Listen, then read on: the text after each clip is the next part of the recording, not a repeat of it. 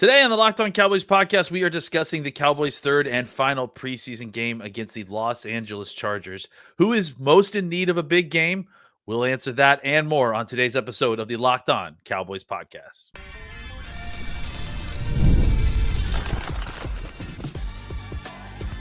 You are Locked On Cowboys, your daily Dallas Cowboys podcast. Part of the Locked On Podcast Network, your team every day.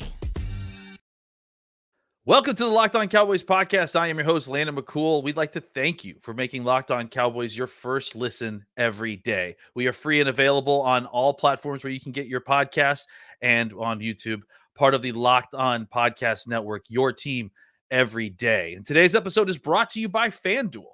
Now through September 22nd, all FanDuel customers can bet $5 and get a 3-week free trial of NFL Sunday Ticket from YouTube and YouTube TV. Visit FanDuel.com/locked on to get started. Coming up on today's show, we will be taking a look at 3 players on offense and 3 players on defense that need to make good closing arguments this Saturday as to why they should be on this team. But first, this might be our last long look at Trey Lance for a while. And let's talk about what sort of performance we should expect from him on Saturday next. As we previously mentioned, Saturday is the final preseason game and therefore likely our last extended look at Trey Lance and where he is in his development. It feels like we've seen marked improvement from him throughout the training camp period and the practices in Oxnard and in the preseason.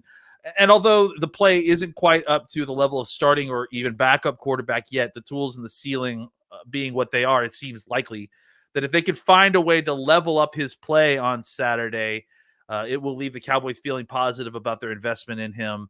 And I think that there's a chance that he's going to continue to be on this team. Look, the $5 million guarantee pretty much is a guarantee that he's going to be on the squad. He's going to make this roster.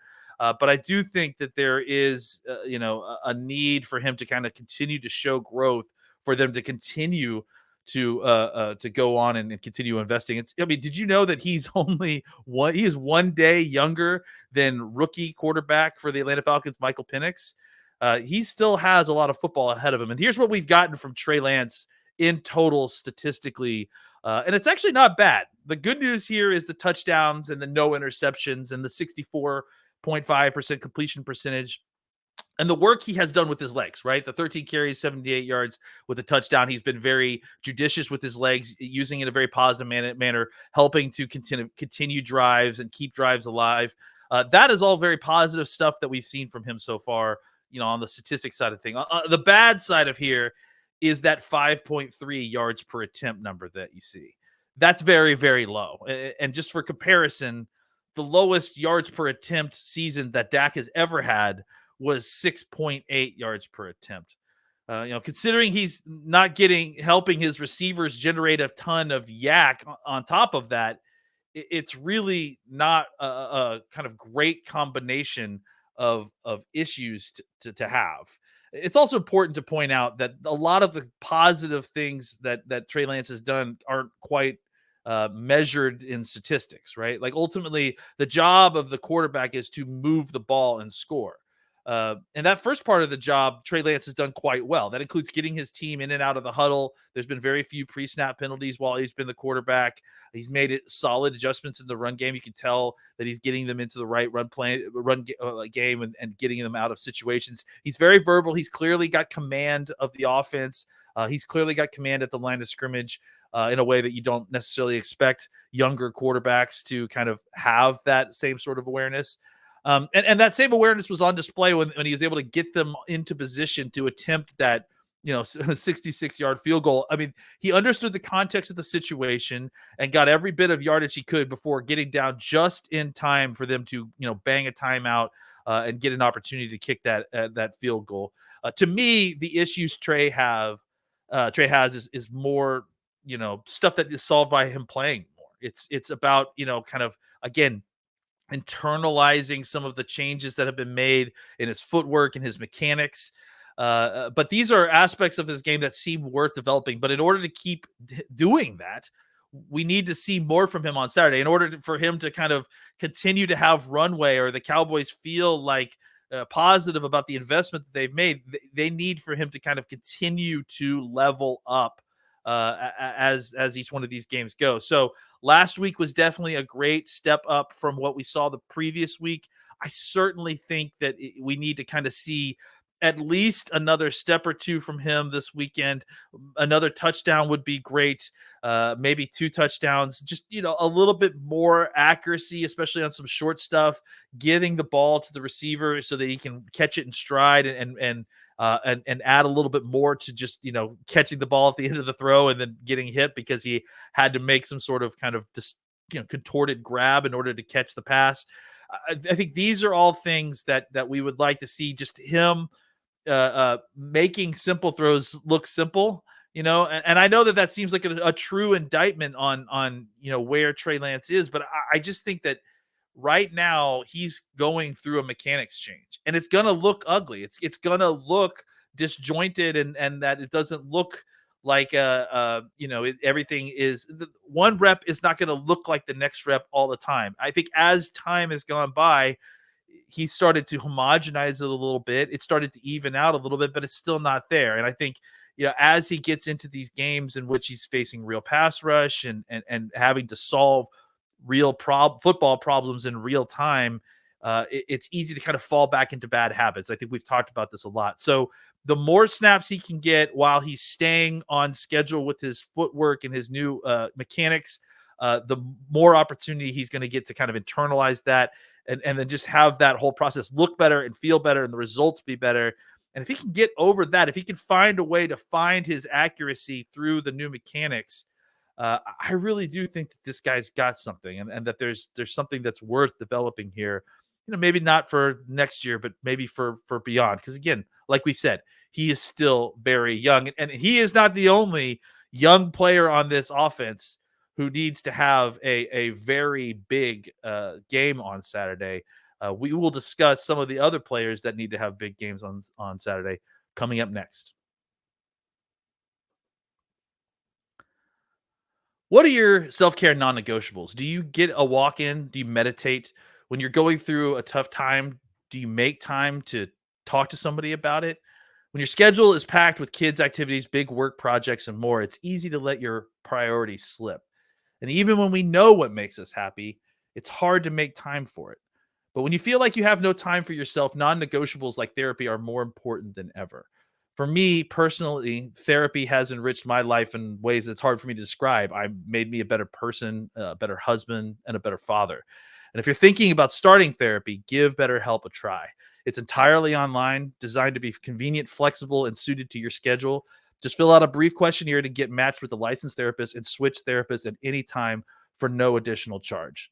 Never skip therapy day with BetterHelp. With BetterHelp, visit BetterHelp.com/lockedon today to get 10% off your first month. That's BetterHelp, HELP.com/lockedon. That's BetterHelp, HELP/lockedon to get 10% off your first month.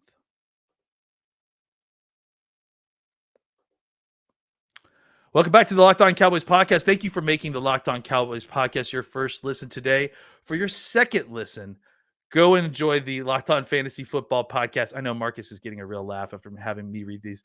Get daily insight to the best fantasy draft strategy so you can win the league this season. Part of the Locked On Podcast Network, your team every day. Honestly, guys, you know that I'm not a fantasy fan. I listen to that show because they have such great insight about players around the league. So it is certainly worth taking a listen to. All right. We mentioned that there are other folks that are on this roster that need to have a big game this Saturday to kind of make their final arguments to the coaches that they deserve to be on this team. They belong on this team. So we're going to go over a couple of guys on offense that I think are, right on the cusp of this and really need to have a big game. And we'll start with Deuce Vaughn. I think, Deuce Vaughn is a guy that, we have kind of talked about throughout the last year that it felt like maybe he wasn't physically up to the task of being in the NFL. The quickness didn't seem there last year. We talked about the kind of disappointing season he had at different points, when he had gotten opportunities to run the ball. And then we smash cut to this season. He comes out. It looks, a lot of the same. He gets a hamstring injury. They're trying him out at wide receiver. It just felt like it was kind of reaching the end of this experiment with Deuce Vaughn. And then he has a really great game last weekend. He had a couple, I think 6 or 7 carries for almost 40 yards. He averaged 77 plus yards carry.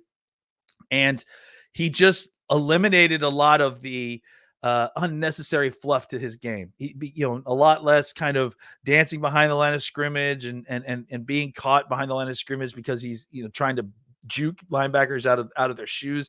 And now making decisive cuts, using his vision to just make a commitment to a cut and getting upfield and experiencing a lot more success. I think clearly the Cowboys have a need here. The Cowboys have a need for a explosive juice back. And the question becomes, is Deuce Vaughn that guy? Can he, do that? I think he needs to have a really great game on Saturday. He needs to get the ball a lot. He needs to continue to show that he can do what he did on Saturday and use his vision to be more decisive, to kind of get north and south quicker, to make the part of, tackling a low to the ground, fast moving player, more to fruition. His ability to make people miss or to break tackles doesn't come from him, dropping his hips and trying to get Barry Sanders. Like that's not, what he doesn't have the physicality, the explosiveness to kind of do that. What he does have the ability to do is get low, get north and south, and become a hard to grab player as he's making his way through the hole. And I think that's where we can see kind of the kind of play that we'd like to see. And I do think that, what we have seen positive results from Vaughn overall as a receiver as well. So if he can find a way to kind of juice up his run, snaps a little bit more by just being more decisive and getting north and south, and then continue to do a lot of what we've seen as a pass catcher, I think that there's a good chance that Deuce Vaughn makes this team and maybe even has, a defined role as part of this running back room. The next guy on that list is Ryan Flournoy, who, I think has really come on these last few weeks. Got a touchdown pass from Trey Lance last week. And in the absence of this kind of sixth receiver, showing up, Cropper seems to have kind of fallen off. We just really haven't seen much from David Durden these last few days. I really think that Flournoy is in Flournoy. Man, I'm really having a hard time saying his name. I think he's kind of put himself in a position to make this team with his, positive play. He's another guy that, spent a little bit of time on the side working with Britt Brown, dealing with an injury. So he missed a significant amount of training camp. And while he was gone, some of those guys I mentioned, like Cropper and Turpin and folks like that, and Durden and Harmon and guys started to kind of show up a little bit more. And I do think that, there are guys like Billy Johnson who are still kind of hanging around and try to take that spot from him. And I think Kelvin Harmon and Racey McMath, two guys who really weren't part of the conversation early, have started to kind of come on a little bit. So I do think that Flournoy needs to have a solid game to kind of continue to fend off those guys. Obviously, he's got a leg up on those guys because he's younger. He's a draft pick that from this, administration. So I think he's likely to get the kind of, tie goes to the runner sort of situation. But I do think that he needs to have a good game to kind of drive that point home. If he doesn't, he certainly can open the door up for some of these other guys to kind of pop in and take that role from him and take that spot. So I definitely think Flournoy is a guy who's been on his way. He's probably right on the cusp. I think that he definitely is someone that I'm going to be watching on Saturday to see if he can do it again like he did last week. The last guy on my list, when I popped this graphic up, I wasn't even sure how many of you would recognize this guy in the middle, and that's Nathaniel Pete. He's the undrafted running back that the Cowboys got, in the process of the undrafted free agency. When undrafted free agency started, I think we all talked about the fact that we expected the Cowboys to kind of, make a splash there at the position to see exactly, what they could get. And when it really was only this kid from Missouri who I think has some explosion, is like it's quick and looks sort of the part of the kind of juice back that the Cowboys, would potentially need to add to their roster. I mean, I was a little shocked. I think he's a good player, or it looked like it was a good player on tape. But it just felt like the Cowboys would have done a little bit more. And I think that shock was even more shocking when it doesn't feel like we've seen a lot from Nathaniel Pete. And frankly, he's really different than these other two guys on this list in the sense that he hasn't been given very much opportunity. He has so far in the preseason 2 carries for 5 yards. I would expect, now that we've seen a healthy dose of Malik Davis, we're probably not going to see Rico Dowdle anymore. We haven't seen Zeke. I don't expect that we're going to start seeing Zeke this week. Deuce Vaughn's going to get a lot of carries, but I have to imagine that Nathaniel Pete is going to get a lion's share of these carries as well, simply because, maybe they don't want to get some of these other guys injured.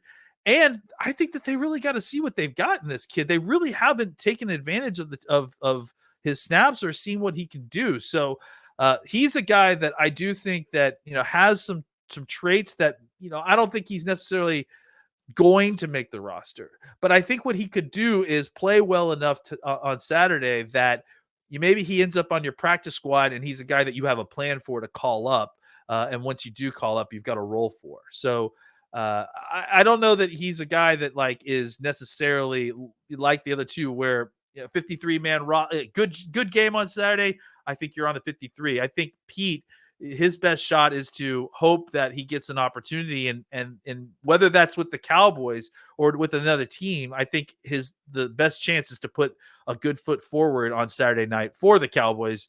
And if it's not good enough for the Cowboys, or if it's not what they're looking for, maybe another team will see what he puts on tape and he can kind of go from there. So those are my guys on offense. Of course, I have another set of guys on defense. We will definitely talk about those folks coming up next. When you're hiring for your small business, you want to find quality professionals that are right for the role. That's why you have to check out LinkedIn Jobs. LinkedIn Jobs has the tools to help find the right professionals for your team faster and for free.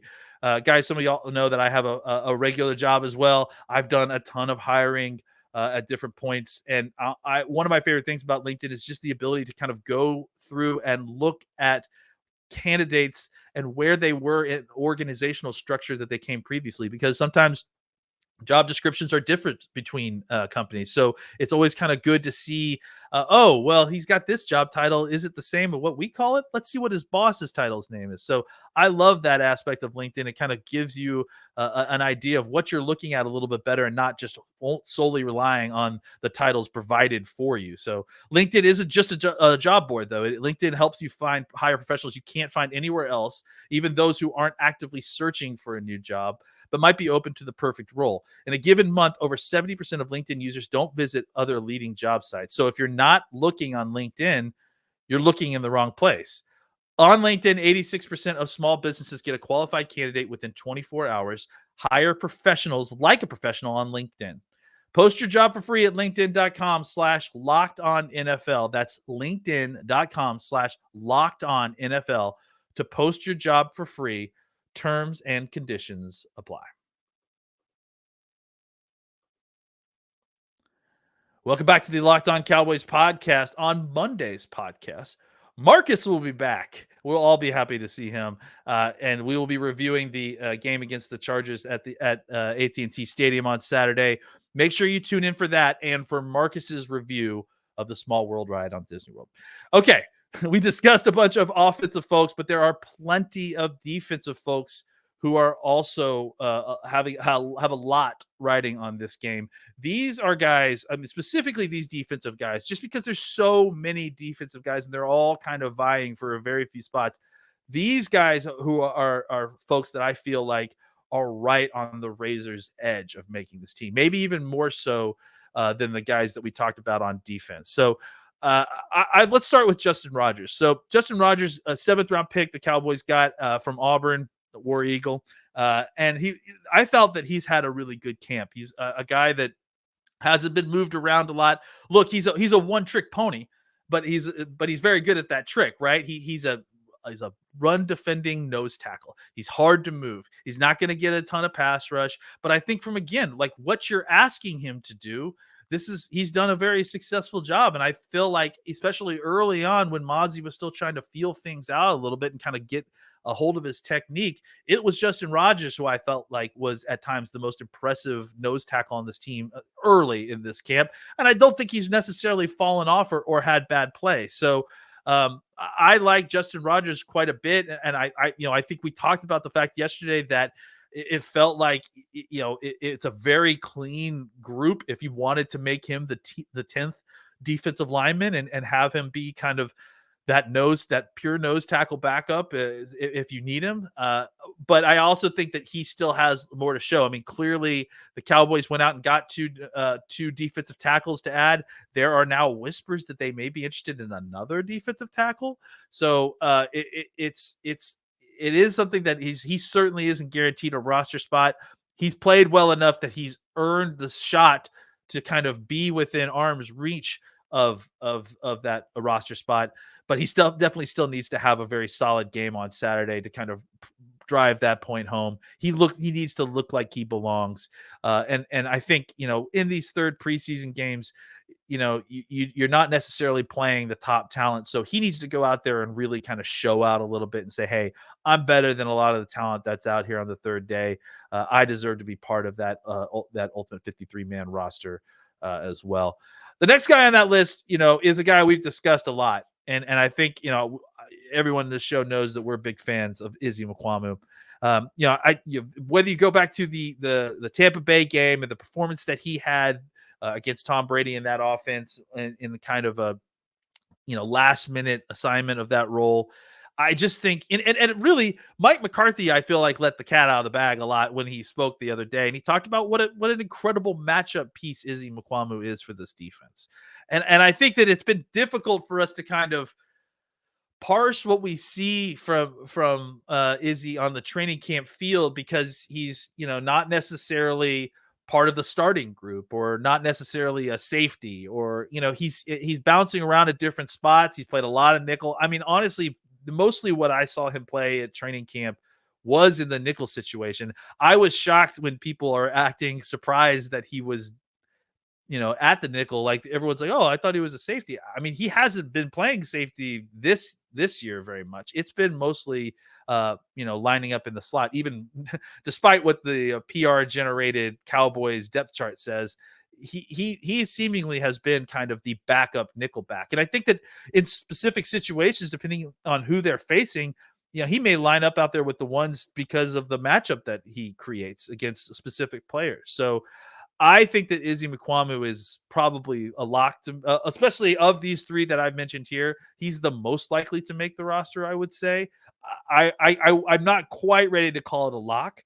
I do think he needs to go out there and kind of, play another really good game. I think it would be really great to get him opportunities to go out there and play some outside corner, because I do think that there is a world in which, he could be the fourth corner off the bench to play out a boundary corner if you needed him to, to cover for an injury during the game or that sort of thing. So Izzy Mamu is a guy that is, I think, difficult to kind of parse what his situation is, because, much like Golson, we've talked about, he doesn't necessarily fit cleanly into the depth chart. He's a player and a piece that you want on your defense to deploy strategically, but he's not necessarily someone that you would like rely on to be, the next man up if there's an injury. I think you play him maybe a tick more, but I don't know that he's like your full-time replacement if a cornerback goes down. I think he probably sticks in his role as much as he can. So he's an interesting player.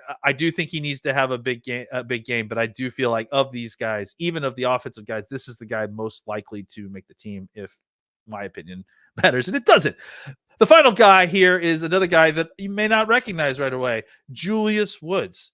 And you probably recognize the name because his name has been said a lot in training camp and in this preseason. And the issue with him is not how he's played. It's been consistent. The drum beat has been loud, and it's been throughout training camp and the preseason. The issue is that he plays safety.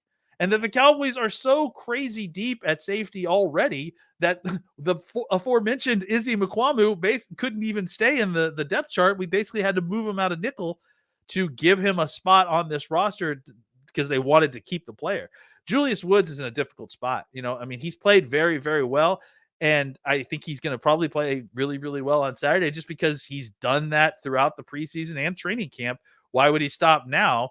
I think the question becomes, like, how many safeties can you carry? And if you can carry enough, who are you cutting in expense of Julius Woods? So I think he's a guy that is just, the Cowboys have struck gold again, and undrafted free agent safety. And the Cowboys have been in this kind of situation before where they've had too many safeties and they've found another one in undrafted free. I mean, I remember last year when Wanye Thomas came around and we were just like, man, we got too many safeties. What are we going to do with this? So I have a feeling he's so talented, the Cowboys will just try to find a way to fit him on the roster, especially if he has a good game Saturday. But I don't know who it's at the expense of. And I do think the cutdown day is going to be interesting because there's going to be one or two, I would say, defensive backs probably that is going to end up on the street that might be pretty decent, just because the Cowboys have a lot of these guys that they really, really like. And then they added a couple of guys that they weren't expecting to really, really like. And so the room is actually really full. I mean, we haven't even talked about guys that are still kind of lingering around. And we talked about I think in the last few days, we've talked about guys like Keemon Hall and there's just a lot of these guys on this roster who are all playing kind of solid football right now. And for the Cowboys, it's champagne problems, but it is also, going to be difficult to try to find a way to kind of hold on to all the folks that you want to hold on to, especially in that defensive backfield room. Thank you for making the Locked On Cowboys podcast your first listen today. Now go listen to the Locked On Fantasy Football podcast. Get daily insight to the best fantasy draft strategy so you can win your league this season. You can find the link to the Locked On Fantasy Football in the description so you don't need to search. Part of the Locked On Podcast Network, your team every day. Guys, as I mentioned, Marcus will be back on Monday, and we will be here to break down this game on Saturday. And then after that, folks, we are on our way to the regular season and real football. Nothing could be more exciting about that. Make sure you guys check us out on Twitter. I'm at McCoolBCB. Follow us at Locked On Cowboys. Follow Marcus at Marcus_Mosier. And until Monday, when we review this game, happy trails, everybody.